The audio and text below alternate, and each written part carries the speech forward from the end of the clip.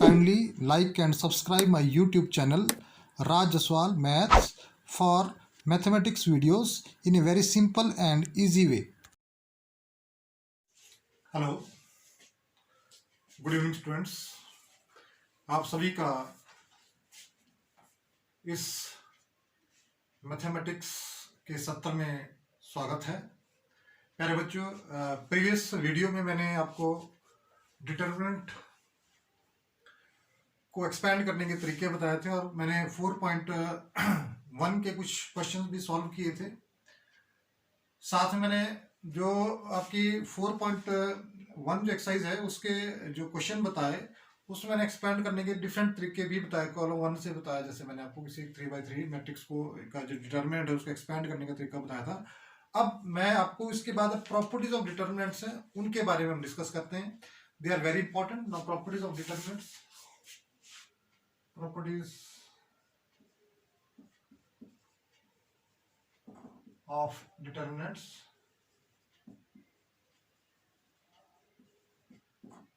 तो हमारे पास 6 main properties हैं। हम वन बाय वन उन प्रॉपर्टीज को लेंगे और मैं साथ में एग्जांपल भी देता जाऊंगा, तो देखते जाएंगे कैसे। सबसे पहले जो एक प्रॉपर्टी, इसको रिफ्लेक्शन प्रॉपर्टी बोलते हैं, प्रॉपर्टी 1। इसकी पहली प्रॉपर्टी है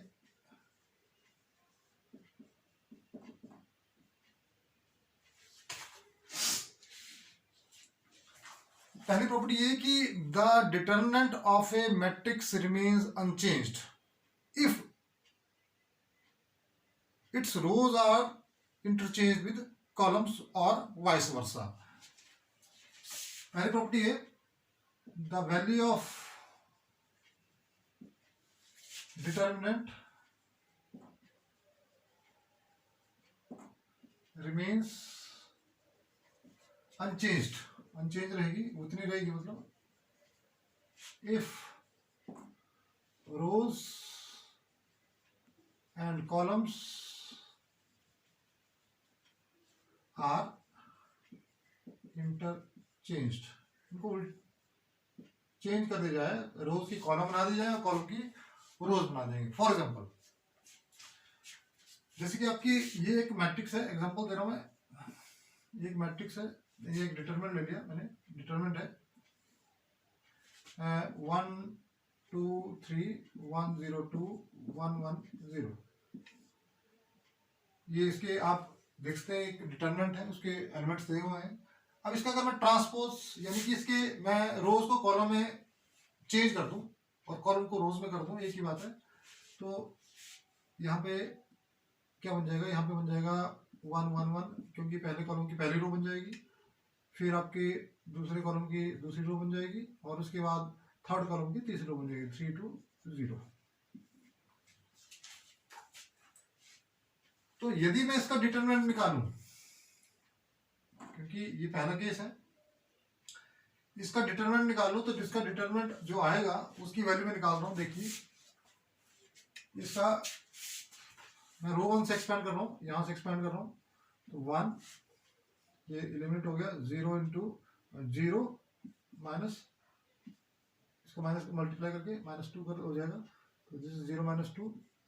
फिर नेक्स्ट जो ये वाला डिजिट होता है इसकी वैल्यू नेगेटिव होती है, तो -2, और इसको जब एलिमिनेट कर देंगे तो 0 इंटू 1 0 और 1 इंटू 2, तो 0 -2, और उसके बाद 3 प्लस, ये वैल्यू प्लस की होती है, और इसके बाद प्लस किया तो ये वाला एलिमिनेट कर दिया, तो बचेगा 1 इंटू 1 माइनस 1 इंटू 0 1 माइनस 0। तो इसको सॉल्व करेंगे तो इसकी वैल्यू आ जाएगी 1 into -2 -2 -2 into -2 -4 plus 4 and 3 into 1 3 7 -2 5। इसकी वैल्यू 5 आ रही है।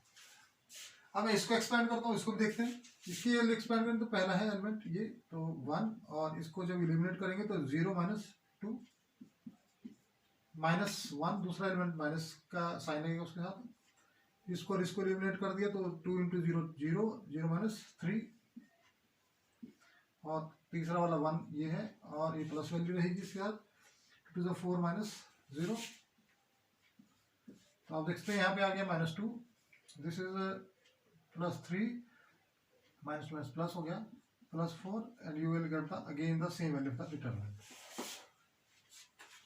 तो ये प्रॉपर्टी यही बोलती है कि अगर किसी मैट्रिक्स की रोज और कॉलम्स को इंटरचेंज कर दिया जाए तो उसकी डिटरमिनेंट की वैल्यू जो है वो चेंज नहीं होगी। Means determinant of a matrix A is equal to determinant of its transpose का डिटरमिनेंट ले लेंगे, तो डिटरमिनेंट का ट्रांसपोज लेंगे तब उसकी वैल्यू भी सेम ही रहेगी। एक इसका मतलब होता है।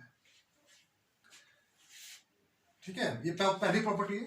अब इसमें इसको लिखना कैसे, जैसे आप रोज और कॉलम को एक्सचेंज कर रहे हैं तो आर्स आर एक्सचेंज विद कॉलम्स, ये प्रॉपर्टी जब लिखनी है तो इस तरह से लिखेंगे इसको, rows are interchange with columns. उसके बाद आपका नेक्स्ट है स्विचिंग प्रॉपर्टी, इसको बोलते हैं प्रॉपर्टी नंबर 2, इसको स्विचिंग प्रॉपर्टी बोलते हैं।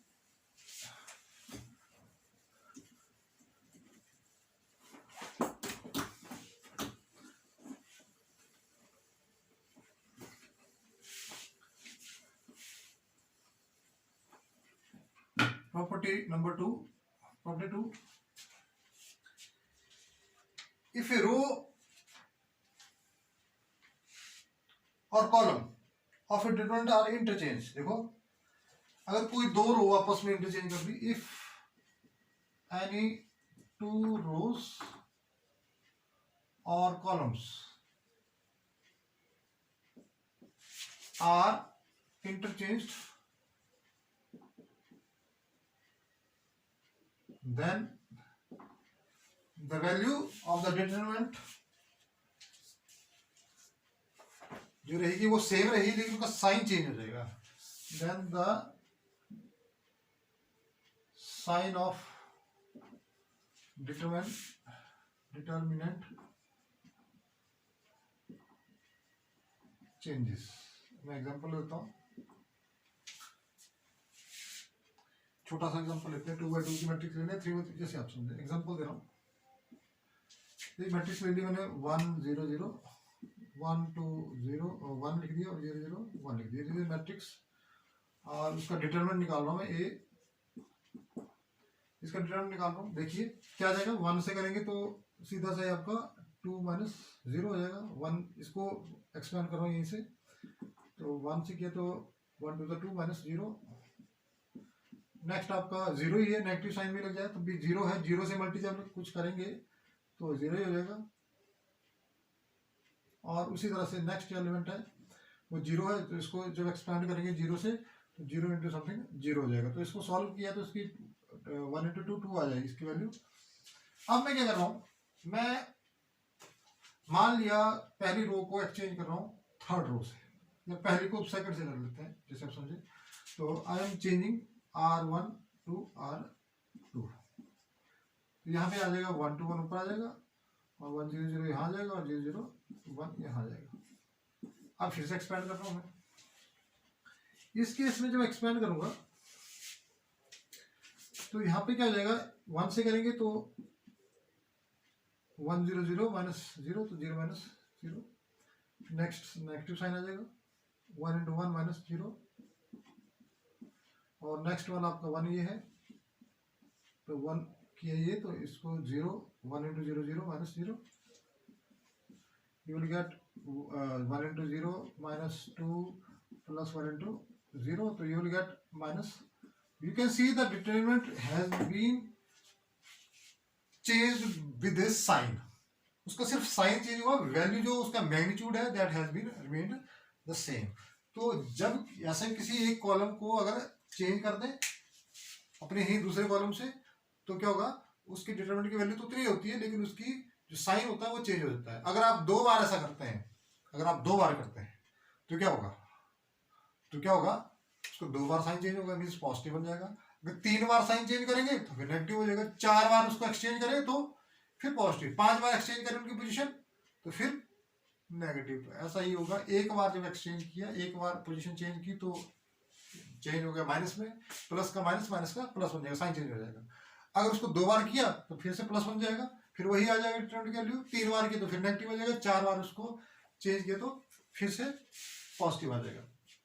अब नेक्स्ट इसकी प्रॉपर्टी कौन है। अच्छा, इस प्रॉपर्टी को बताने के लिए आप लिखना होगा, तो जैसे कि आपने यहाँ पे इस केस में R1 को और R2 को एक्सचेंज किया, तो R1 R2 को इस तरह से लिखा जाएगा। नेक्स्ट प्रॉपर्टी की बात करूंगा मैं, प्रॉपर्टी नंबर 3। प्रॉपर्टी नंबर 3 है repetition property.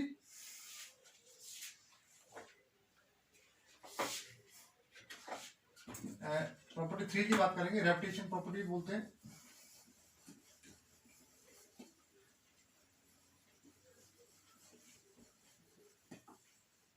Property number 3,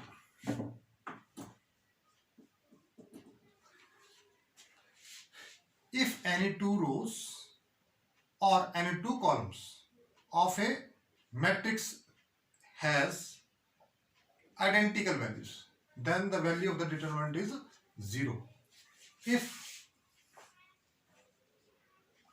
If any two rows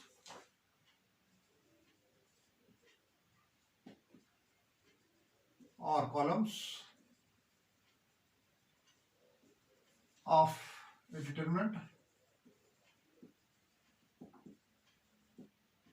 has identical values, identical elements लिख दो, चाहे values लिख दो, elements, then its value is 0. Example ले लेते हैं।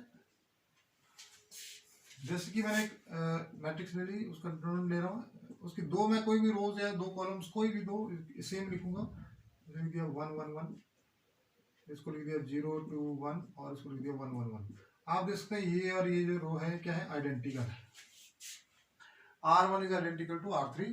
तो इस केस में इसकी वैल्यू कितनी होनी चाहिए, 0। तो मैं सॉल्व करके बता रहा हूँ। तो 1 से जब करेंगे तो इसको एलिमिनेट करेंगे, तो यहाँ पे आ जाएगा 2 1 2 -1। फिर नेक्स्ट वैल्यू जब लिखेंगे तो नेगेटिव का साइन आएगा और 1, और उसके बाद इसको और इसको एलिमिनेट कर देंगे तो 1 × 0 0 -1। फिर अगला प्लस की वैल्यू +1 और ये एलिमिनेट कर दिया तो बचेगा 1 × 0 -2। तो यू विल गेट हियर 1 × 2 -1 कितना होता है, 1 ही होता है, तो 1 ही बचेगा। यहाँ पे -+1 and you will get here -2 2 -2 and the value is 0। तो यहाँ पे मैंने प्रूव भी कर दिया कि यदि किसी डिटर्मिनेंट में कोई दो रोज और कोई दो कॉलम्स में सेम एलिमेंट्स होंगे प्रेजेंट, यानी कि आइडेंटिकल वैल्यूज होंगी उसके अंदर, तो उसकी वैल्यू जो है डिटर्मिनेंट की कितनी होगी, that will be equal to 0। This is repetition property. उसके बाद आपकी स्केलर मल्टीपल प्रॉपर्टी है, scalar multiple property. Property number 4, इन सभी प्रॉपर्टीज का यूज किया जाएगा क्वेश्चंस में डिटरमिनेंट को सॉल्व करने के लिए। इसको हम हर बार जो है उसी तरीके का यूज भी करेंगे, हम प्रॉपर्टीज का यूज भी करेंगे आगे जो क्वेश्चन आएंगे। और बोर्ड एग्जाम में उसका एक क्वेश्चन आता है 4 मार्क्स का, ठीक है। तो इसको आपने करना ही है और इसको सीखना, प्रॉपर्टी को कैसे यूज करेंगे। अभी एग्जाम्पल भी दूंगा 2-3। Now I am using property number 4। Property 4, if each element of a row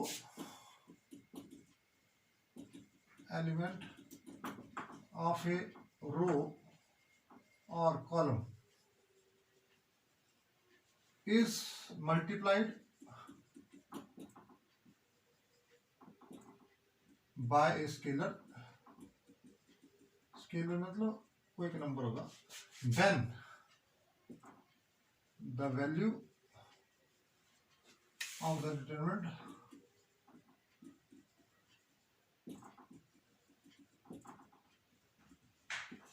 is the multiple of that scalar। जो स्केलर होगा उसमें क्या हो जाएगा, मल्टीपल हो जाएगा। एग्जांपल भी दूंगा। अब आप देखिए यहाँ पे मैं एक डिटरमिनेंट लिख रहा हूँ, मैं एक मैट्रिक्स का डिटरमिनेंट है आपके पास 2 0 1 2 1 1 1 0 1। इसको मान लिया मैंने, इसकी जो रो है उसको कॉलम कर मल्टीप्लाई कर दिया 3 से, ठीक है। तो इसकी वैल्यू जो मल्टीप्लाई कर दी तो देख सकते हैं इसके नंबर आ जाएंगे, जैसे इसके बन जाएंगे 3 और यहाँ पर लग दिया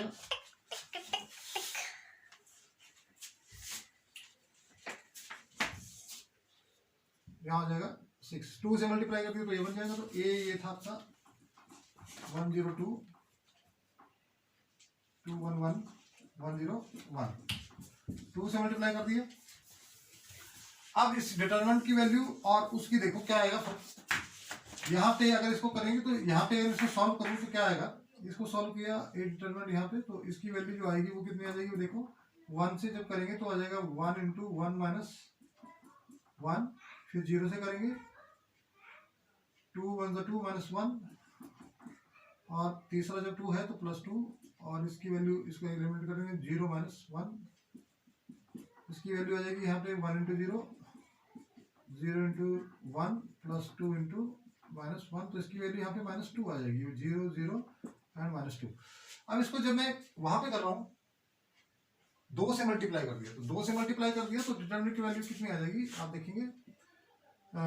3 से किया मल्टीप्लाई, मैंने 3 से किया मल्टीप्लाई, 3 से मल्टीप्लाई किया है। तो 3 से जब मल्टीप्लाई किया है तो अब एक ही एलिमेंट को किया, मैंने ध्यान दीजिए एक ही एलिमेंट को मल्टीप्लाई किया तो उसका डिटरमिनेंट क्या होगा। इसका डिटरमिनेंट क्या होगा, एक एलिमेंट से जब इसको मल्टीप्लाई किया तो इसका डिटरमिनेंट जो है वो कितना हो जाएगा देखते हैं। अभी इसका देखो 3 से इसको मल्टीप्लाई किया है और 3 से इसको और 3 से इसको, पहली रो को मल्टीप्लाई किया मैंने 3 से, तो क्या हो जाएगा इसका डिटरमिनेंट की वैल्यू जब निकालेंगे तो 3 into 1 minus 0 plus 0 into 2 minus 1 plus 6 into 0 minus 1। इसको सॉल्व करते हैं। 3 इंटू 1 3 हो जाएगा प्लस 0, और ये हो जाएगा 6 into minus 1, this is minus 6, it will give you minus 3।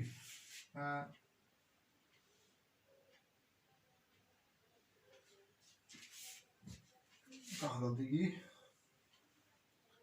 0 0 minus 2, इसको 3 से मल्टीप्लाई किया, 3 से किया तो 1 माइनस 0, 0 से किया 0, और तीसरा जब किया तो 0 माइनस 1, तो this 3, this is 0, this is minus 6, तो you will give you minus 6, but then it must be equal to minus 1 होना चाहिए। ये क्यों नहीं आया, 1 माइनस 0, ओहो put it here wrong, this will give you 1, then it is 1 minus 2, it will give you minus 1। आप देखेंगे कि जब आपने किसी रो को मल्टीप्लाई किया तो उसकी जो वैल्यू डिटरमिनेंट की उसको 3 का मल्टीपल ही उतना ही आया, ठीक है। तो इट मीन्स 3 से जब किसी आपने किसी जैसे k से पहले एलिमेंट को a1 k b1 k c1 और a2 b2 a3 b sorry a2 a3 b2 b3 c2 c3, ये था। तो जो डिटरमिनेंट की वैल्यू आई उसमें क्या हो गया, k के साथ मल्टीप्लाई हो गया, k वो नंबर आ गया आगे, जैसे 3 आ गया इसके साथ, it can B minus 3 into minus 1 हो गया ना, 3 इंटू माइनस 1, ए की वैल्यू कितनी थी डिटरमिनेंट की, माइनस 1 थी, तो it is k into again the determinant a1 b1 c1 a2 b2 c2 a3 b3 c3। इसका मतलब है कि अगर किसी मल्टीपल से कोई रो या मल्टीप्लाई या कॉलम जो है जिस स्केलर से मल्टीप्लाई हो, तो एक रो से या एक कॉलम से हम उसको कॉमन निकालते हैं। एक रो से निकाला तो एक, मान लिया कि 3 रोज मल्टीप्लाई की हैं, तीनों रोज जो है वो मान लिया 3 से मल्टीप्लाई की हैं, तो पहली रो से भी 3 निकलेगा, दूसरे से भी 3 निकलेगा, तीसरे से भी 3 कॉमन निकलेगा। वैसे अगर पहले कॉलम से, दूसरे कॉलम से, तीसरे कॉलम से, तीनों से अगर आपने सेम नंबर से मल्टीप्लाई किया तो पहले नंबर से भी मल्टीप्लाई कॉमन निकल जाएगा, के दूसरे से भी कॉमन निकल जाएगा, तीसरे से भी कॉमन निकल जाएगा। तो ये प्रॉपर्टी जो है इसका भी यूज किया जाएगा। उसके बाद नेक्स्ट आपकी प्रॉपर्टी है sum property. Property number 5,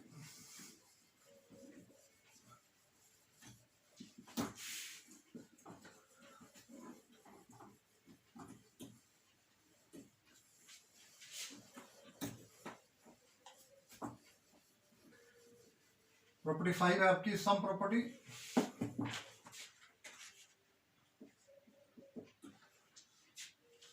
If some or all elements of a row of determinant are expressed as the sum of two or more terms.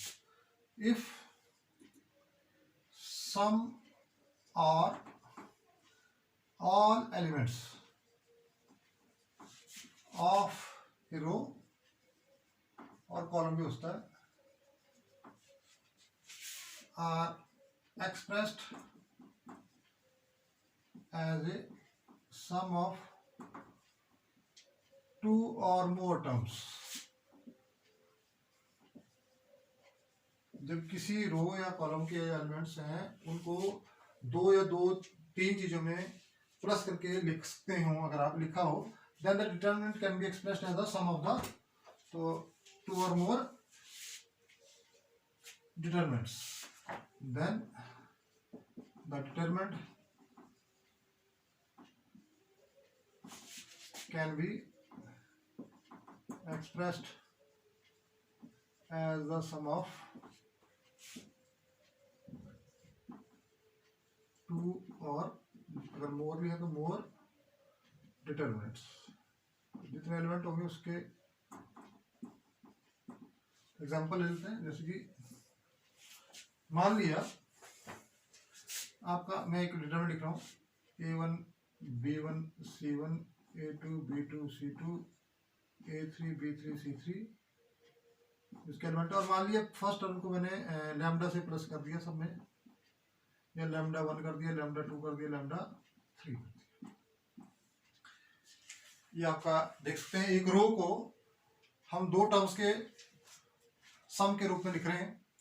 तो इसको मैं क्या कर सकता हूँ, इसके दो मैं डिटरमिनेंट बना दूंगा जिसमें कि क्या होगा, A1 वाला अलग कर दूंगा और लैम्डा 1 लैम्डा 2 वाला लैम्डा 3 वाला अलग कर दूंगा. It can be written as A1 B1 C1 A2 B2 C2 A3 B3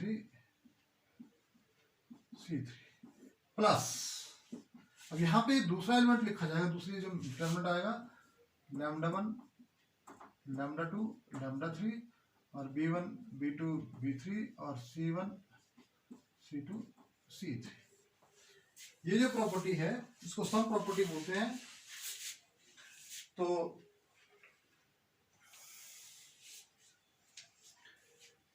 इस तरह से हम इसको कर सकते हैं. अच्छा, पिछली प्रॉपर्टी 4 जो की थी उसमें एक चीज और भी है कि अगर किसी रो के एलिमेंट या किसी कॉलम के एलिमेंट दूसरी रो या दूसरे कॉलम के एलिमेंट्स के मल्टीपल हो तब भी उसकी वैल्यू कितनी होती है, 0 होती है. ये ध्यान रखना आपने.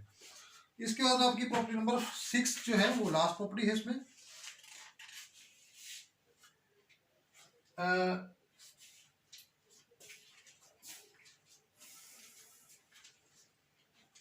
अगर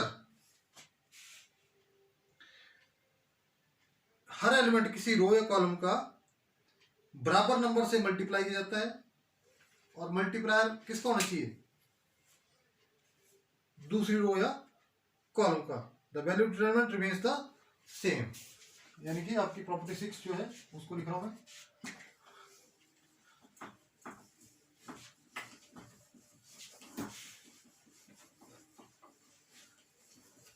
प्रॉपर्टी 6 लिखेंगे. Property 6, if to each element of any row or column of a determinant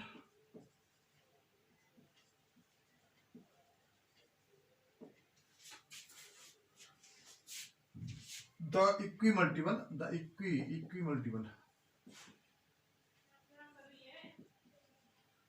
of corresponding elements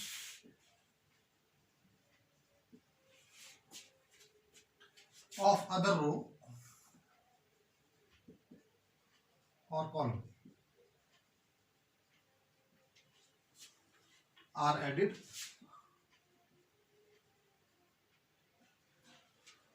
then the value of determinant remains the same. Then the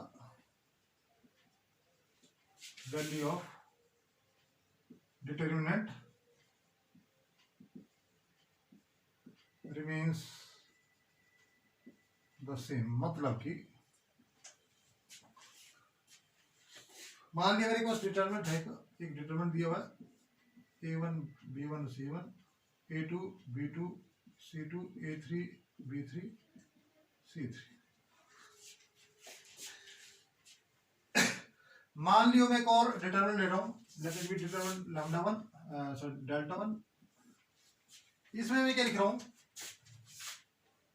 A1 A2 A3 तो वैसे ही है, लेकिन पहले कॉलम में मैं तीसरे column को K से मल्टीप्लाई करके ऐड कर रहा हूं, K C1 K C2 K C3। वैसे ही B1 B2 B3 C1 C2 C3। तो इस डिटर्मिनेंट और इस डिटर्मिनेंट की वैल्यू जो क्या होगी, इक्वली बराबर होगी। मैं इसको प्रूव भी कर सकता हूं। कैसे, आप देखते हैं, आपने एक प्रॉपर्टी पढ़ी ऐड करने वाली, तो उसको सेपरेट जो डिटरमिनेंट के रूप में लिखते हैं। तो इसी को देखो, डेल्टा वन को लिखना हो तो कैसे लिखते हैं, A1 A2 A3 B1 B2 B3 C1 C2 C3 plus KC1 KC2 KC3 B1 B2 B3 C1 C2 C3। अभी मैंने आपको थोड़ी देर पहले बताया था एक, कि यदि किसी कॉलम या किसी रो का प्रोपोर्शनल दूसरी कॉलम हो तो उसकी वैल्यू कितनी डिटरमिनेंट की, 0 होती है। जैसे ये कॉलम है और ये कॉलम है, इसकी जो ये वाला कॉलम जो है, फर्स्ट कॉलम जो है, it is proportional to the third column. इसके एलिमेंट जो है उसका मल्टीपल है। मान लिया 1 2 3 है तो ये उसका मान लिया दुगना है, तो 2 4 6 हो जाएंगे, तो प्रोपोर्शनल है ना उसके। तो इस केस में इसकी वैल्यू कितनी होती है, 0 होती है, इट विल गिव यू 0। तो आपके पास ये क्या आ गया, वही डिटरमिनेंट आ गया, means it is equal to delta के। तो डिटरमिनेंट की वैल्यू जो है उस केस में चेंज नहीं होगी। तो इसके बाद अब मैं एक एग्जांपल ले रहा हूं, उसको प्रॉपर्टी से ही एक्सपेंड करना है। तो यही आपको प्रूव करना है।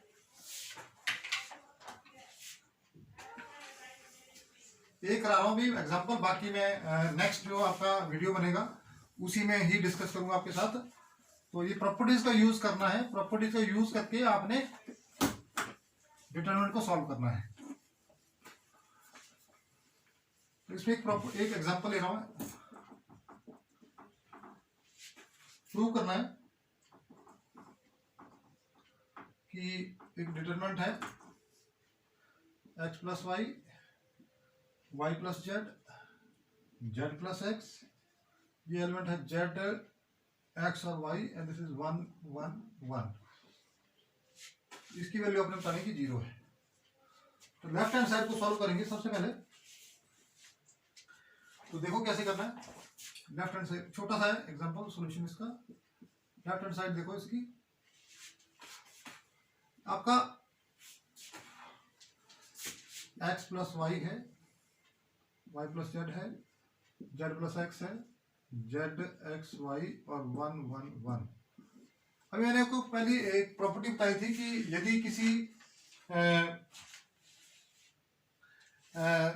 यदि किसी रो या किसी कॉलम में किसी नंबर को प्लस कर दिया जाए तो उस डिटरमिनेंट की वैल्यू चेंज नहीं होती है।